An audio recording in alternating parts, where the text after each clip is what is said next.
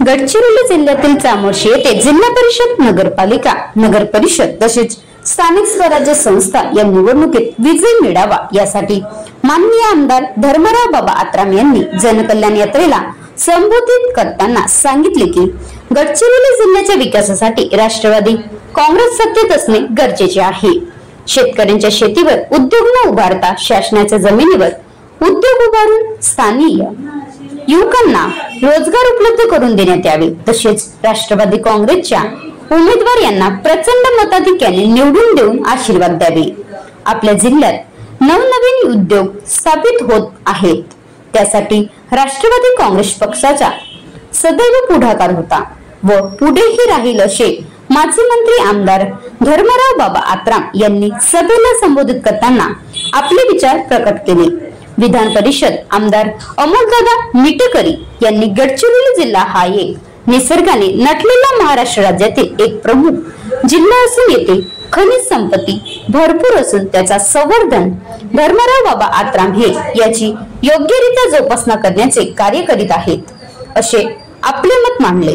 यावेळी मंचावर राष्ट्रवादी काँग्रेस पक्षाचे वरिष्ठ नेते विधान परिषद आमदार अमोलदादा मिटकरी, मराठी सिने अभिनेत्री अमृता खानविलाकार तसेच जिल्हा अध्यक्ष Ravibhau Wasekar, Sonal Kove, doctor Tamdev Dudhbade, Laukik Bhiwapure, Rahul Naitam, Nishant Naitam, doctor Atul Surjagade, doctor Juware, advocate Shrikant Surjagade, Rinku Papadkar, advocate Dimpal Undirwade, Vilas Chardukke, Tanaji Dhondre, Purnachand Vyahadkar, Vikas Dudhbaware, Dilkhush Bodalkar, Kajal Naitam, सौ व्याहाडकर तसेच राष्ट्रवादी काँग्रेस पक्षाचे कार्यकर्ते हजारोच्या संख्येने उपस्थित होते।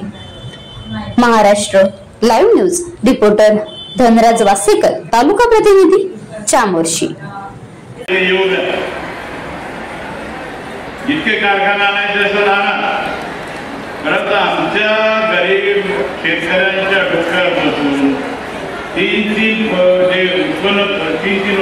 फसल जे काढतात, जे उत्पन्न काढतात, ते वेगवेगळं त्या जमीन तुम्ही घेणार कोणाच्या बरोबर? हे काय असं प्रकारचा अधिकार सरकारने कोणाला दिला नाही। कोणी असेल, किती मोठा अधिकारी असेल, त्याने जर आपला अधिकाराचा वापर करायचा करत असेल तर या शेतकऱ्यांकरता धर्मराव बाबा पुढे उभा राहील। एक ही जमीन देण्याचं काम घेऊ देणार नाही। कोण येतो बाबा? आम्ही सरकारला, आमचं सरकार आहे, प्रशासन आमचं आहे, आपला शासन आमचं आहे आणि प्रशासनाचे अधिकारी जर दबाव टाकून आपला कायद्याच्या चौकटीमध्ये बसून तुम्ही आमचं जमीन हिसकावून घेण्याचा प्रयत्न कोणी करत असेल तर हे शेतकरी माणूस गप बसणार नाही। त्यांच्या समोर आता तुमच्या सोबत इथे उभा आहे। भेंडाळाचं जे लोक सांगितले 15-16 गाव एक जमीन द्यायच्या अडचण काय आपल्याला अडचण येणार नाही। ज्याला जर आपल्याला फॅक्टरी टाकायचं असेल, 50,000 कोटी 1 लाख कोटीचा फॅक्टरी तुम्हाला टाकायचं असेल, आरमोरीमध्ये माझ्याकडे 3,500 एकर आहे, हे जमीन तुम्हाला देऊ हवी, शासनाचा जमीन आहे, ते घ्या, काय करायचं तिकडे टाका, फॅक्टरी टाका, काय टाका, परंतु इथे या सुपीक जमिनीमध्ये असं आम्ही तुम्हाला जमीन देण्याचा भूमिका आमचा राहणार नाही। कशाला तुम्ही आमच्या शेतकऱ्याला चिडवायचं काम करा?